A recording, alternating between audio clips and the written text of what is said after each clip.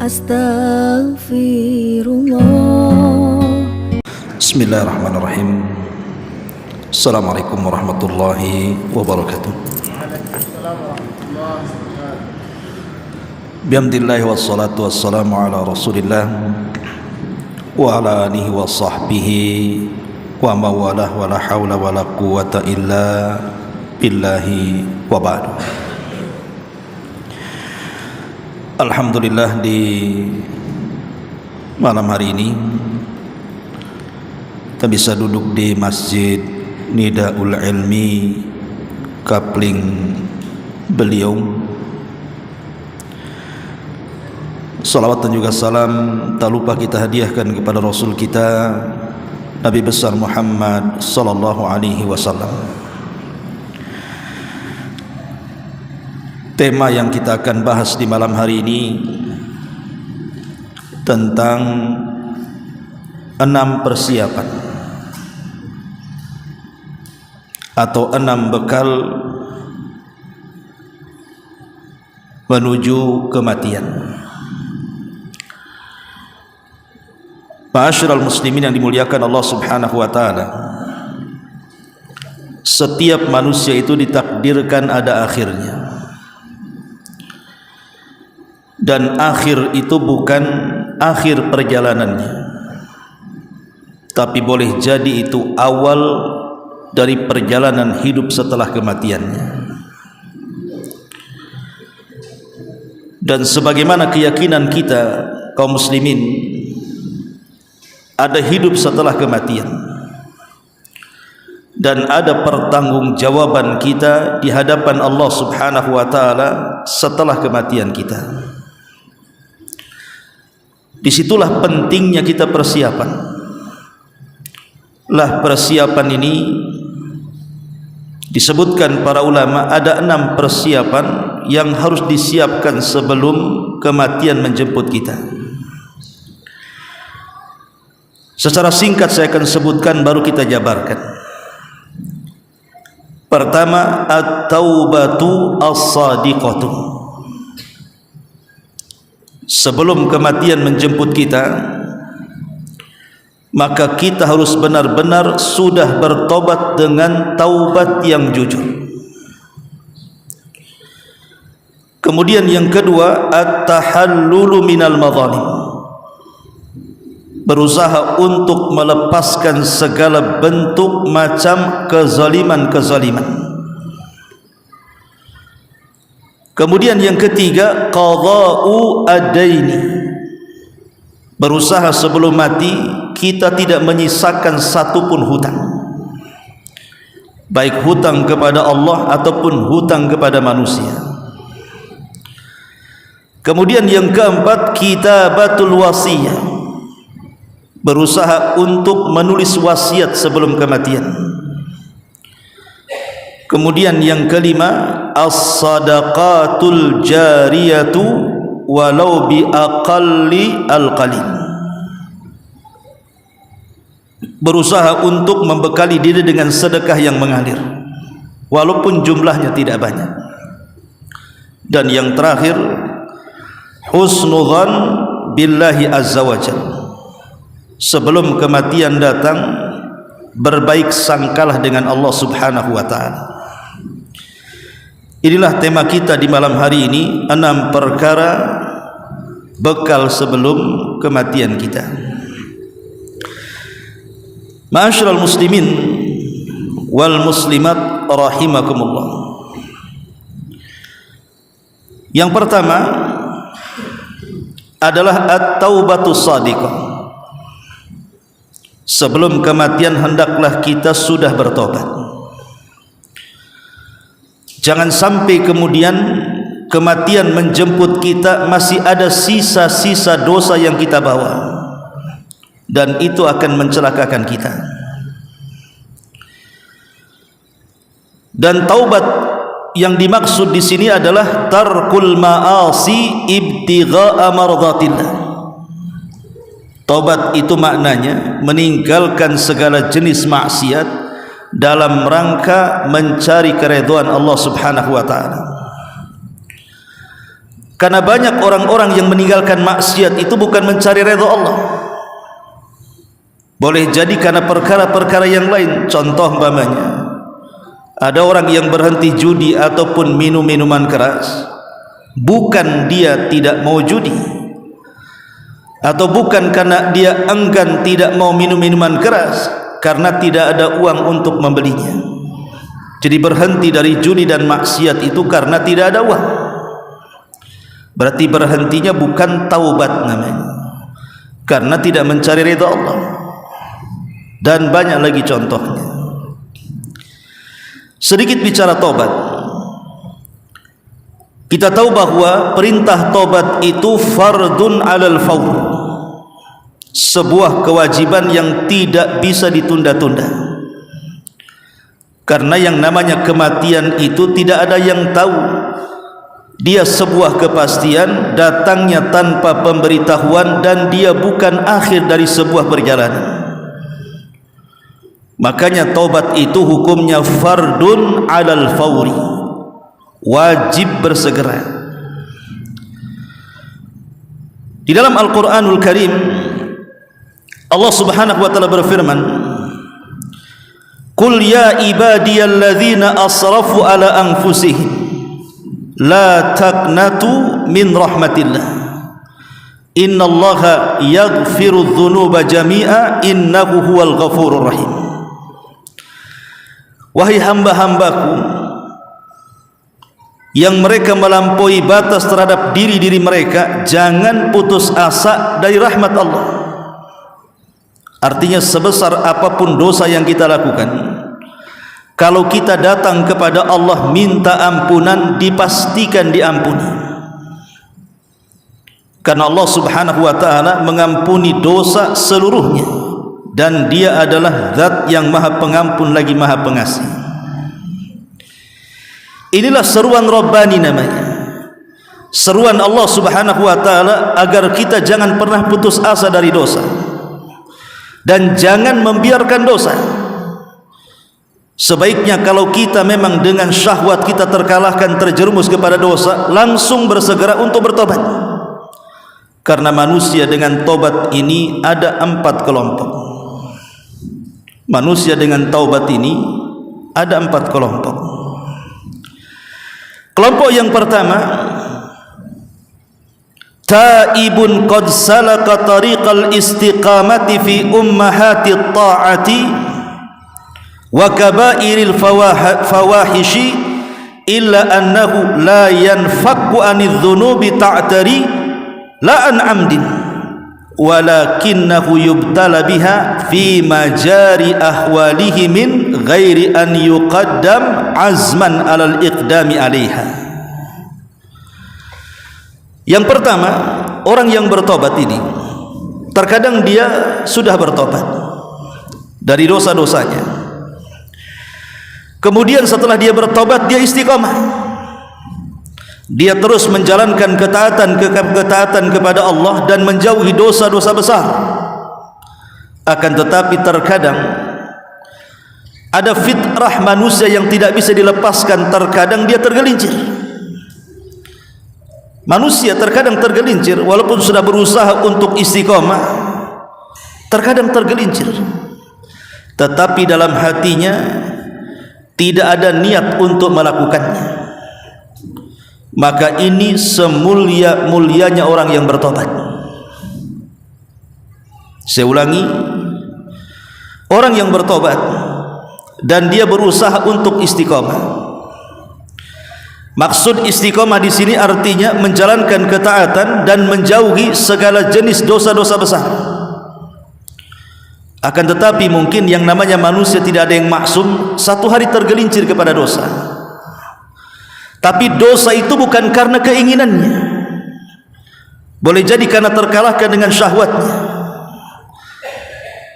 Maka orang yang seperti ini, maka taubatnya diterima oleh Allah subhanahu wa ta'ala, dan inilah tingkatan yang paling tinggi dalam taubat, karena tidak ada dalam hatinya ingin kembali, cuman terkadang tergelincir. Yang kedua, Ada orang yang bertobat ini, mereka sudah bertobat kemudian istiqomah dalam tobatnya. Persis dengan kelompok yang pertama, dia menjalankan kewajiban, menjalankan ketaatan, menjauhi kemaksiatan kepada Allah Azza wa Jalla. Kemudian dia terjerumus kepada kemaksiatan satu waktu, kemudian hatinya penuh penyesalan. Hatinya penuh penyesalan, kenapa saya berbuat dosa padahal saya sudah tobat? Kenapa saya melakukannya? Bukankah saya sudah berjanji untuk tidak melakukannya? Dalam hatinya penuh dengan penyesalan.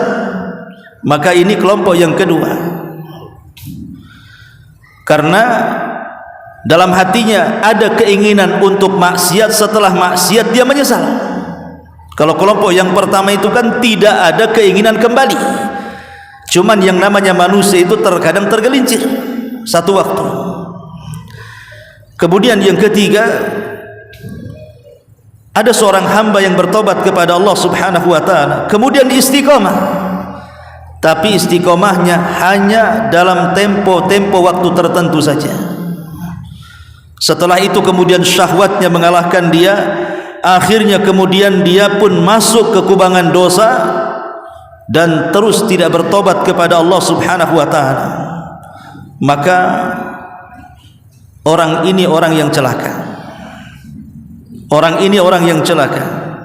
Walaupun seandainya ketika dia terus-menerus dalam tobat, kemudian dia pun masih melakukan kemaksiatan, ini namanya mencampur adukan antara maksiat dan tobat. Satu sisi dia sholat, sisi lain dia riba. Satu sisi dia sedekah, sisi lain dia bakhil. Satu sisi mungkin dia puasa, sisi lain dia tukang tipu orang. Ini mencampur adukan namanya antara tobat dan kemaksiatan kepada Allah Azza wa Jalla. Dan yang paling buruk daripada itu adalah orang yang bertobat sesaat istiqomah, sesaat jatuh kepada dosa, dan dosa lebih dominan dibandingkan tobatnya. Inilah manusia menurut para ulama, bagian-bagian daripada orang yang bertobat. Baik, kita kembali ke awal, bahwa di antara persiapan kematian adalah at-taubah as-sadiqah, tobat dengan tobat yang jujur. Tentu ma'ruf ya, syarat tobat itu pertama harus meninggalkan kemaksiatan. Yang kedua harus menyesal kenapa dia bermaksiat. Yang ketiga berjanji untuk tidak kembali kepada maksiat. Yang keempat, kalau itu hak orang lain maka harus dikembalikan hak itu kepada orang. Dan yang kelima, di waktu yang masih diterima taubat, artinya nyawa belum sampai di tenggorokan. Kalau sudah nyawa di tenggorokan, percuma dia bertobat. Inilah yang disebut dengan 5 syarat diterimanya taubat. Abdullah bin Abbas radhiyallahu anhuma mengatakan, innamat taubatu ala Allahi lilladzina ya'maluna as-su'a bi jahalatin thumma yatubuna min qarib. Abdullah bin Abbas radhiyallahu anhu ketika memberikan catatan kepada surah An-Nisa ayat 17, sesungguhnya tobat kepada Allah itu bagi mereka orang-orang yang melakukan sebuah keburukan bijahalah, karena kejahilannya, thumma yatubuna min qarib, kemudian dia pun bertobat kepada Allah Subhanahu wa taala min qarib. Maksudnya min qarib di sini ai qablal maradi wal mauti. Dia bertobat sebelum sakit menyentuh dan kematian datang kepadanya. Dari ayat ini seolah-olah Abdullah bin Abbas radhiyallahu anhu mengatakan, jangan sampai orang meninggal membawa dosa dan kemaksiatan. Ini yang pertama. Kemudian yang kedua, bekal yang dinasihatkan para ulama adalah at-tahallulu minal madzalim. At-tahallulu minal madzalim, melepaskan dari segala bentuk kezaliman-kezaliman. Zalim itu ada 3 macam. Ada zalim yang tidak akan pernah diampuni oleh Allah Subhanahu wa taala, dan itulah kesyirikan. Jangan sampai kita mati membawa dosa syirik. Makanya di zaman Rasul, dari hadis Imran ibn Husain radhiyallahu an, ada orang yang membawa gelang dari tembaga berwarna kuning, lewat di hadapan Rasul. Kemudian Nabi SAW mengatakan, apa yang ada di tanganmu? Maka orang ini mengatakan, ini gelang dari tembaga wahai Rasul. Kemudian Rasul mengatakan, apa fungsi gelang itu? Maka dia mengatakan, fungsi gelang ini, fungsinya adalah untuk menghilangkan wahinah, kelemahan. Jadi dia meyakini gelang itu untuk menghilangkan kelemahan pada dirinya, penyakit yang ada pada dirinya. Maka Nabi SAW mengatakan, inziha fa innaha la taziduka illa wahnan. Buang gelang itu, karena gelang itu tidak akan menambah kecuali kelemahan pada badan. Kemudian di ujung hadis Rasul mengatakan, wa immitta wa hiya 'alaika ma aflahta abada. Kalau gelang itu masih ada di tanganmu dan engkau mati di atas gelang itu, maka engkau tidak akan selamat selamanya. Seolah-olah hadis Imran ibn Husain ini mengatakan apa? Kalau orang mati di atas kesyirikan, maka tidak ada harapan selamat setelah kematian. Ini kezaliman yang pertama. Yang kedua, kezaliman yang diampuni oleh Allah Subhanahu wa taala. Boleh jadi dia mungkin sewaktu-waktu meremehkan kewajiban. Dia sholat, tetapi mungkin satu hari dia meninggalkan sholat karena kelalaian, karena malas. Dia sering sedekah atau mengeluarkan zakat pada waktu yang sudah sampai kepada haul dan nisabnya, tapi satu waktu datang bakhilnya sehingga dia tidak keluarkan zakat. Dan begitu seterusnya. Lalai dari kewajiban, atau boleh jadi masuk kepada kemaksiatan. Mungkin dia berzina, mungkin dia minum khamar, tetapi dosa-dosa ini semua di bawah kehendak Allah Subhanahu wa taala, karena tidak sampai kepada tingkat kesyirikan. Karena setiap dosa yang di bawah kesyirikan itu semua atas kehendak Allah. Kalau Allah mau, Allah azab, Allah bersihkan dosa-dosanya, kemudian Allah masukkan ke dalam surga.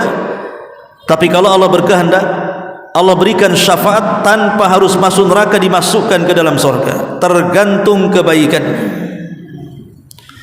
Tapi ada kezaliman yang ketiga. Inilah yang tidak mungkin ditinggalkan Allah Subhanahu wa taala. La yatrukuhullah. Allah tidak mungkin meninggalkan. Artinya Allah tidak mungkin langsung mengampuninya kalau kita bertobat. Apa itu? Kezaliman kepada sesama manusia. Menghina orang, mencaci maki orang, merendahkan orang, menggibah orang, mengambil hak orang, memukul orang, meneteskan darah orang, membunuh orang. Ini Allah tidak mungkin meninggalkan orang ini.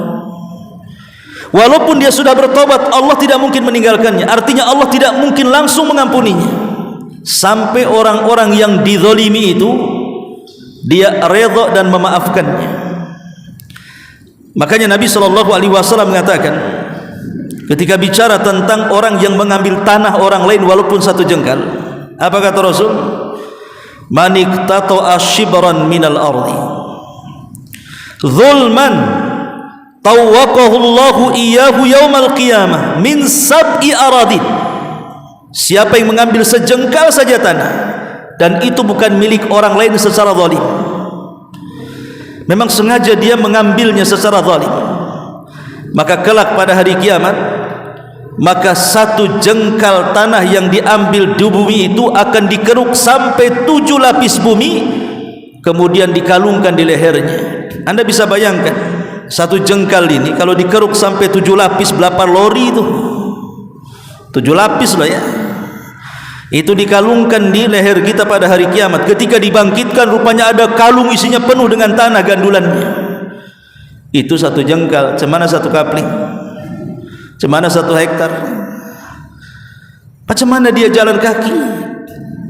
Ma'asyiral muslimin yang dimuliakan Allah Azza wa Jalla. Makanya yang kedua nasihat para ulama, sebelum kematian mintalah kehalalan orang-orang yang pernah kita zalimi, kembalikan hak mereka, supaya kita tidak menjadi orang bangkrut pada hari kiamat, di mana kita akan terjadi barter pahala dan dosa. Pahala habis diambil orang, dosa pula dibebankan ke pundak kita. Itulah bangkrut namanya. Ini yang kedua, at-tahallul minal madzalim. Yang ketiga, qadha'ud daini, bayar hutang. Jangan sampai kemudian saat kita mati ada hutang yang tertanggung pada pundak kita. Nabi SAW dalam hadis Aisyah radhiyallahu anha itu, saking takutnya dengan hutang, Nabi itu selalu berdoa dalam setiap solatnya. Sebelum salam, Rasul mengatakan, Allahumma inni a'udzubika minal ma'sam wal maghram. Itu doa yang selalu dibaca Nabi setelah 4 perlindungan. Kita tahu bahwa tasyahud dalam solat itu kan 2 ya. Ada tasyahud awal, ada tasyahud akhir.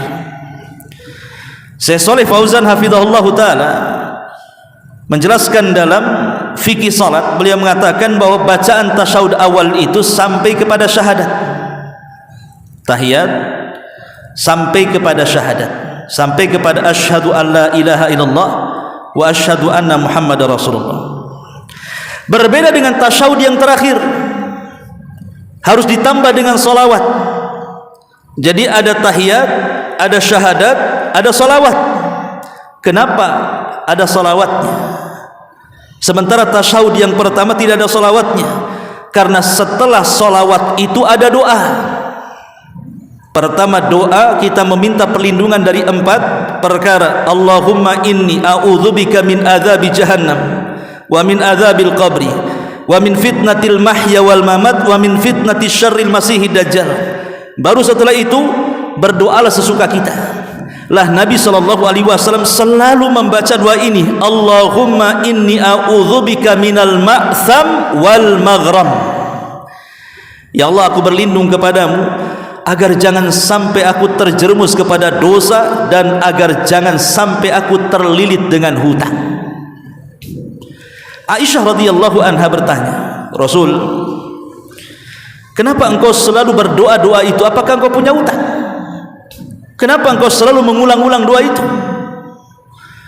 Maka Nabi SAW mengatakan, ya Aisyah, innar rajul idza gharim hadatsa fakadzab wa wa'ada fa akhlaf, kata Rasul. Begini wahai Aisyah, karena seseorang itu kalau dia sudah terlilit hutang, dipastikan 2 perkara ada pada badannya. Pertama, kalau bicara suka dusta, kalau berjanji suka khianat. Percaya antum, orang yang terlilit hutang itu pasti terjerumus kepada 2 perkara ini. Kapan bayar? Bohong dia akhirnya kan, nanti katanya. Nantinya kapan? Minggu depan. Datang minggu depan, ini sudah minggu depan, kapan lagi? Kasihlah 2 hari lagi. Itu kan berdusta namanya. Satu sisi dia berdusta, sisi lain dia berjanji. Minggu depan katanya, berjanji dia. Tapi setelah minggu depan kasihlah 2 hari lagi. Khianat dia. Itulah yang menjadikan Rasul meminta kepada Allah, jangan sampai terlilit hutang. Karena orang yang terlilit hutang itu kalau ngomong pasti dusta, dan kalau janji pasti dia khianat. Berdoa-doa ini bukan hanya kita ini sedang terlilit hutang, tetapi orang yang tidak terlilit hutang, semoga tidak terlilit hutang, maka banyak-banyaklah doa seperti ini. Karena orang yang terlilit hutang ini kalau malam hari dia bingung, dia stres, kalau siang hari dia menghilang. Umumnya seperti itu. Malamnya stres, siangnya menghilang. Itulah orang yang terlilit hutang. Malamnya stres, gak bisa tidur. Cemana besok bayar, cemana besok bayar. besoknya ngadepin debt collector, ngilang dia. Itulah orang hutang. Ma'asyiral muslimin yang dimuliakan Allah Subhanahu wa taala. Kita tahu bahwa ulama membolehkan hutang itu sebenarnya 3 syarat. Kita boleh berhutang, tapi harus ada 3 syarat. Karena Islam itu tidak mengajarkan hutang. Yang pertama, an yakuna al-mustadin aziman alal wafa. Hendaklah orang yang berhutang dia punya keyakinan dia bisa membayar. Kalau tidak punya keyakinan membayar, jangan hutang. Yang kedua, an ya'lam ala dhannihi qudratuhu alal wafa. Yang pertama, bahwa orang yang berhutang itu harus punya niat membayar. Yang pertama, orang yang berhutang itu punya niat membayar. Yang kedua, orang yang berhutang itu dia punya keyakinan dia mampu membayar. Jadi yang pertama niat bayar, yang kedua dia yakin ada kesanggupan untuk membayar, dan yang ketiga an yakuna fi amrin masyru'. Uang yang kita hutangi itu dalam perkara-perkara yang disyariatkan, bukan hutang untuk judi, hutang untuk minum-minuman, hutang untuk zina, hutang untuk maksiat, bukan. Dalam perkara-perkara syar'i atau dalam perkara-perkara yang dihajatkan manusia yang bukan keharaman, maka boleh seseorang itu berhutang.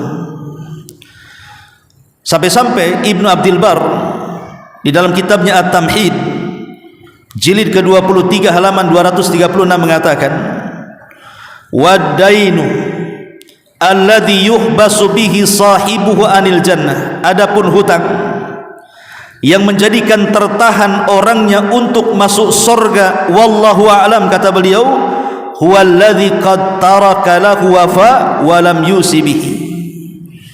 Orang yang punya hutang ketika mati tidak memberitahu, atau qadaru alal ada falam yuaddi, sanggup bayar tapi tak mau bayar sampai dia mati. Inilah kemudian kata Ibnu Abdul Bar rahimahullahu ta'ala. Jadi Rasul kan mengatakan orang yang mati syahid itu kan masuk surga tanpa hisab dan adab, kecuali dia punya hutang. Maka orang yang mati syahid kalau punya hutang tertahan dia masuk surga. Lah yang tertahan masuk surga itu hutang yang seperti apa? Di sini Ibnu Abdul Bar rahimahullahu ta'ala menjelaskan, pertama, orang yang punya hutang tapi dia tidak mau memberitahu dia punya hutang sampai dia mati, ahli warisnya pun tak tahu. Yang kedua, dia sanggup bayar tapi tak mau bayar sampai dia mati. Maka dua manusia seperti ini, kata beliau, tertahan untuk masuk ke dalam surga. Ma'asyiral muslimin wal muslimat rahimakumullah. Makanya saking bahayanya orang yang hutang tidak dibayar itu, sampai hutang itu dikait-kaitkan dengan kuburan. Satu hari seorang sahabat bergegas datang ke rumah Nabi, kemudian mengatakan, ya Rasulullah, baru saja kami memandikan, mengkafankan jenazah dan sekarang siap disolatkan. Maukah engkau menjadi imam bagi dia? Pertama Rasul tanya, apakah jenazah itu punya hutang? Maka dikatakan, iya, dia punya hutang 2 dinar, 2 dirham. Dia punya hutang 2 dirham. Kata Rasul, aku tak mau menyolatinya, suruh orang lain solatkan. Datang seorang sahabat namanya Abu Qatadah radhiyallahu anhu dan mengatakan, ya Rasulullah, solatkanlah saudara kita ini, biar aku yang tanggung hutangnya. Kata Rasul, betul kau akan tanggung? Betul wahai Rasul, aku akan tanggung hutangnya. Akhirnya Rasul pun mau menyolatkan orang tersebut. Keesokan harinya Rasul berjumpa dengan Abu Qatadah. Ya Abu Qatadah, macam mana dengan 2 dirham itu? Sudah kau bayar? Rasul, orang ini baru meninggal kemarin. Belumlah, kan baru kemarin dia meninggal, kata Rasul. Hati-hati ya Abu Qatadah. Kemudian besoknya lagi Rasul bertanya dengan Abu Qatadah. Ya Abu Qatadah, macam mana dengan 2 dirham itu? Sudah kau bayar? Maka Abu Qatadah mengatakan, sudah wahai Rasul. Kata Rasul, al-an barudat qabru, katanya, sekarang sudah dingin kuburannya. Artinya hutang itu membawa hawa panas ke dalam kuburan. Ini wasiat ataupun nasihat yang ketiga, qadha'u ad-dain. Kemudian yang keempat, kitabatul wasiyah. Catatlah wasiat sebelum kematian. Sampai-sampai Abdullah ibn Umar radhiyallahu anhuma, setelah dia mendengar hadis Nabi SAW tentang pentingnya wasiat, hampir setiap malam dia menulis wasiat diletakkan di bawah bantalnya. Itu sahabat Abdullah ibn Umar radhiyallahu anhuma. Karena begini ikhwatu fiddin, wasiat sebelum mati itu kan ada 2 hukumnya. Ada yang wajib, ada yang sunnah. Adapun yang wajib itu berkaitan dengan wasiat yang saya sebutkan di awal tadi, pamannya utang piutang. Seorang bapak mengatakan kepada anaknya, nak, sebentar lagi bapak mau meninggal, bapak punya hutang sama si anu, tolong bayar. Ibu sebentar lagi mau meninggal nih, ibu punya hutang sama si anu, tolong kalau ibu meninggal jual lahan ini, bayar hutangnya nah. Lah, wasiat seperti ini hukumnya wajib. Jangan sampai tidak diberitahu kalau dia punya hutang, karena hutangnya akan mengganggu setelah kematiannya. Kemudian yang kedua, wasiat sunnah. Wasiat sunnah itu dalam bentuk nasihat-nasihat. Umpamanya sebelum meninggal kita mencatat sebuah tulisan, pokoknya kalau ayah mau meninggal, ibu mau meninggal, tolong jangan tinggalkan sholat, berbuat baik kepada tetangga, akur-akurlah dengan saudara, jadilah anak soleh. Itu sunnah hukumnya. Di zaman dulu ada 2 khalifah, satu Sulaiman ibn Abdul Malik dan Umar ibn Abdul Aziz rahimahumallahul jami'.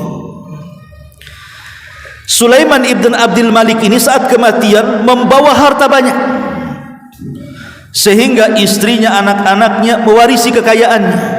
Wajar dia khalifah.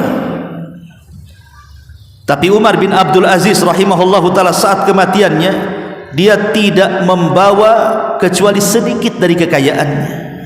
Itu pun tidak layak untuk dibagi.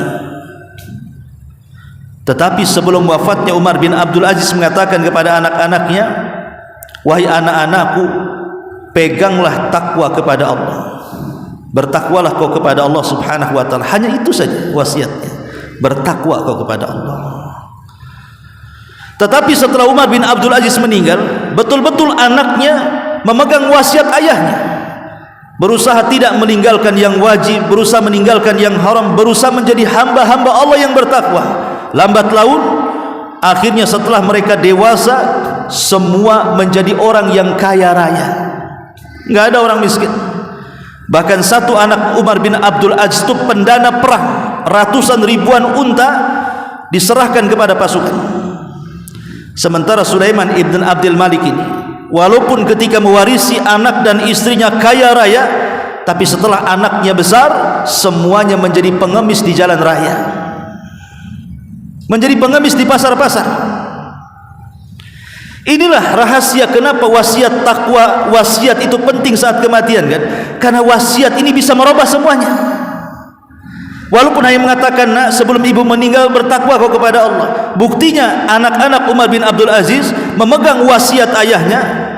Akhirnya mereka menjadi anak-anak yang soleh dan soleha, anak yang kaya raya dan berbakti kepada orang tua setelah kematian.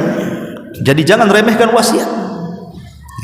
Ini yang keempat. Yang kelima, as-sadaqatul jariyah, sedekah yang mengalir.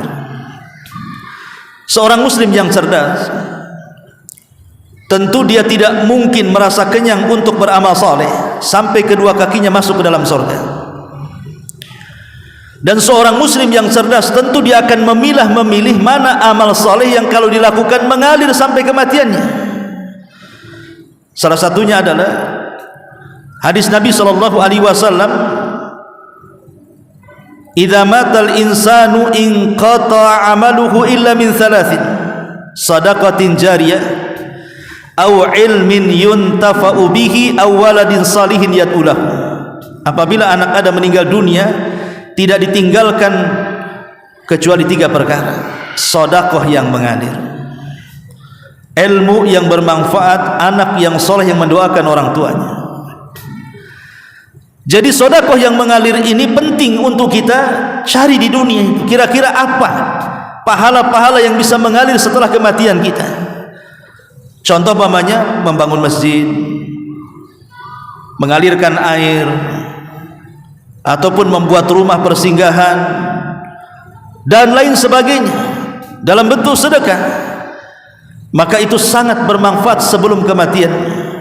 Dan yang terakhir tentunya berhusnudzon kepada Allah, berbaik sangka dengan Allah. Karena khusus yang terakhir ini penting. Berbaik sangka dengan Allah adalah hal yang memungkinkan bagi orang yang mendekati kematian untuk dilakukan, dan itulah ibadah yang mungkin dilakukan terakhir bagi orang yang sedang sakaratul maut. Orang dekat dengan kematian itu tidak mungkin dia sholat. Macam mana dia sholat? Dia berbaring, dah susah untuk sholat, susah untuk berpuasa, apalagi sampai umroh dan haji, apalagi membaca Quran dan zikir. Terkadang ditalkin la ilaha illallah saja tidak bisa mengucapkannya, macam mana suruh zikir baca Quran pula. Sehingga ketika tidak memungkinkan ibadah-ibadah itu untuk dijadikan bekal terakhir sebelum kematiannya, ada satu ibadah dan itu bisa menyelamatkan dia.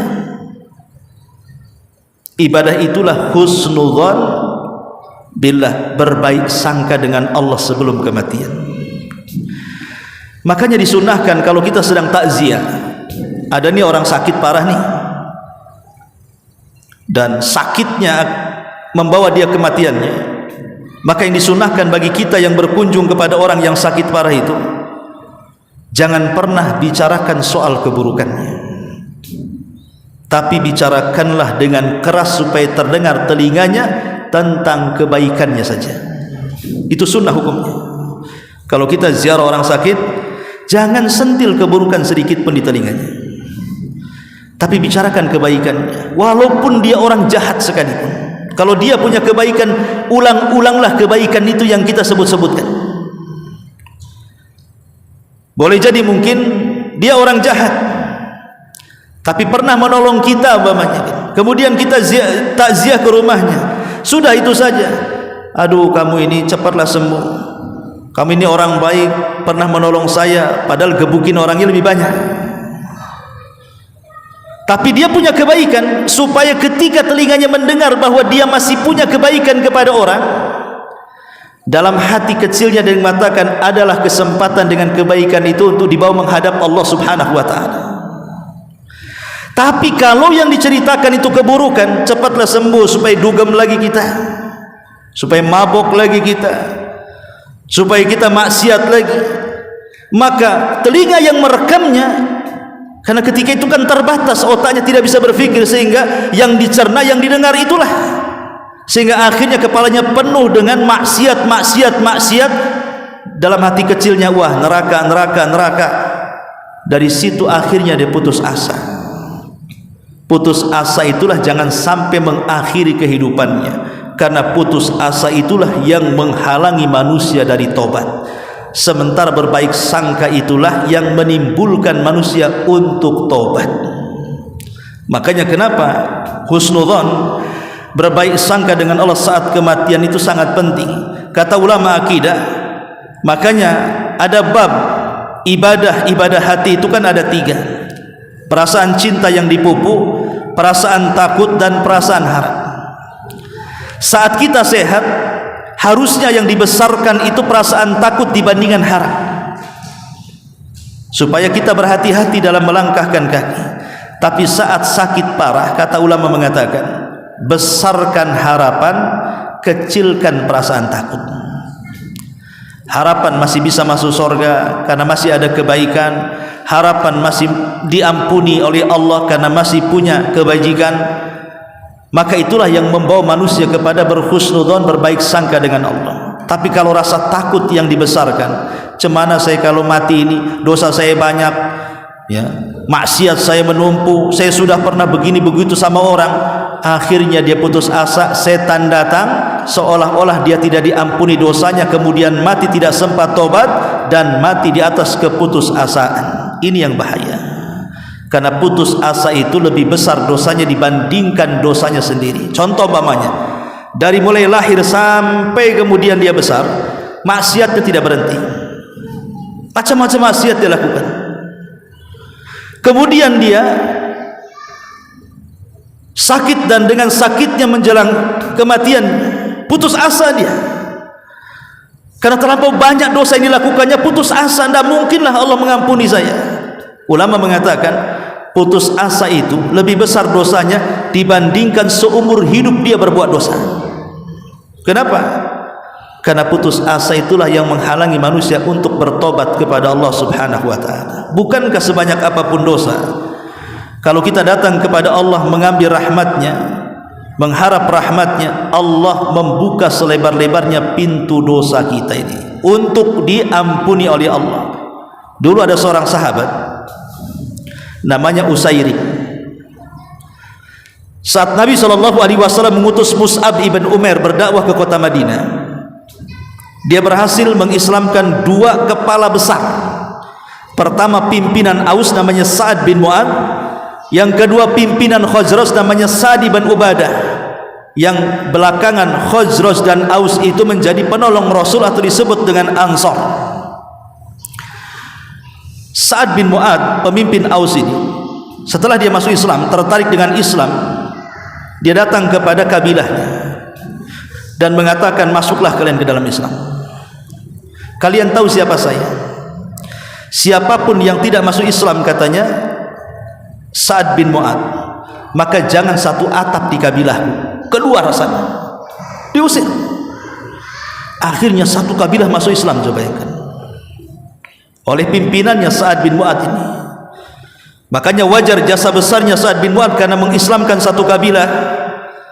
Saat kematiannya bergetar arasy, 70.000 malaikat mengantarkan jenazahnya. Yang ingin saya katakan, ketika Sa'ad bin Mu'ad ini mengislamkan kabilahnya, semua masuk Islam kecuali satu orang gak mau masuk Islam, namanya Usairi. Gak mau masuk Islam dia, tapi dia tetap hidup di tengah-tengah kabilahnya, tapi tak mau masuk Islam. Sampai pada waktunya ketika terjadi perang Uhud, malam esoknya terjadi perang Uhud, semua kerabat-kerabatnya yang sudah masuk Islam semua ikut jihad bersama Nabi. Dia ditinggal sendirian di kabilahnya. Kemudian dia datang kepada Rasul, ya Rasulullah, izinkan aku terlibat dalam perang, walaupun aku tidak seakidah dengan kamu, saya hanya ingin menolong kerabat saya. Masa kerabat saya berangkat saya tidak? Kata Rasul, tidak bisa, kau kafir. Kalau kau ingin jihad, masuk ke dalam Islam. Awalnya dia tidak mau, tapi karena itu syarat harus masuk peperangan, dia harus satu akidah dengan Rasul dan para sahabat. Akhirnya dia pun terbuka hatinya, dia mengucapkan asyhadu an la ilaha illallah wa asyhadu anna Muhammadar Rasulullah. Masuk dalam peperangan, mati syahid dia.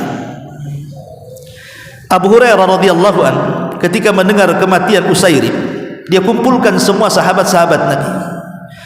Kata Abu Hurairah, tahukah kalian siapa sahabat yang tidak pernah sujud satu kali tapi masuk surga dan Allah tempatkan di surga yang paling tinggi? Kata sahabat, mana mungkin wahai Abu Hurairah? Kata Abu Hurairah, mungkin. Kemudian sahabat mengatakan, siapa dia? Kata Abu Hurairah, mau aku beritahu? Kata sahabat, iya. Kata Abu Hurairah, itulah Usairim. Nggak pernah sujud, dia orang kafir. Dia masuk Islam saat jihad, kemudian dia mati syahid. Kapan dia sujudnya? Kapan dia salatnya? Kapan dia puasanya? Setelah dia bersyahadat langsung mati. Tapi itulah terkadang amalan itu ditentukan akhirnya, bukan awalnya. Makanya tukang-tukang sihir di zaman Nabi Musa, di pagi hari di waktu duha, mereka dengan gagahnya menentang Nabi Musa, melawan Nabi Musa, berperang dengan Nabi Musa. Tapi di siang hari mereka kalah, Nabi Musa menang.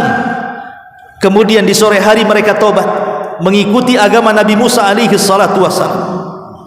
Kemudian tukang-tukang sihir Fir'aun dibunuh oleh Fir'aun semuanya karena berkhianat kepada Fir'aun dan mengikuti Musa. Kata Abdullah ibn Abbas radhiyallahu anhuma, lihat tukang-tukang sihir itu di pagi hari saharatun fajar, mereka tukang sihir yang jahat. Tapi di sore hari mereka adalah syuhadaun barara, menjadi para syuhada, orang-orang yang mati syahid dengan baik karena dibunuh oleh Fir'aun laknatullah. Terkadang kematian itu ditentukan oleh akhirnya. Itulah kenapa Rasul mengatakan innamal a'mal bi khawatimiha, amal itu ditentukan akhirnya. Lah, ketentuan akhir itu ditentukan dengan husnudzan, baiknya sangka kita kepada Allah Subhanahu wa taala. Maka akhiri hidup kita dengan baik sangka, jangan akhiri hidup kita dengan berburuk sangka yang mengakibatkan keputusasaan, karena itulah yang menghalangi tobat kita kepada Allah Subhanahu wa taala. Inilah diantara 6 bekal yang disebutkan para ulama persiapan menuju kematian. Subhanallah bihamdika asyhadu an la ilaha illa anta astaghfiruka wa atubu ilaik. Allahu ta'ala. Assalamualaikum warahmatullahi wabarakatuh.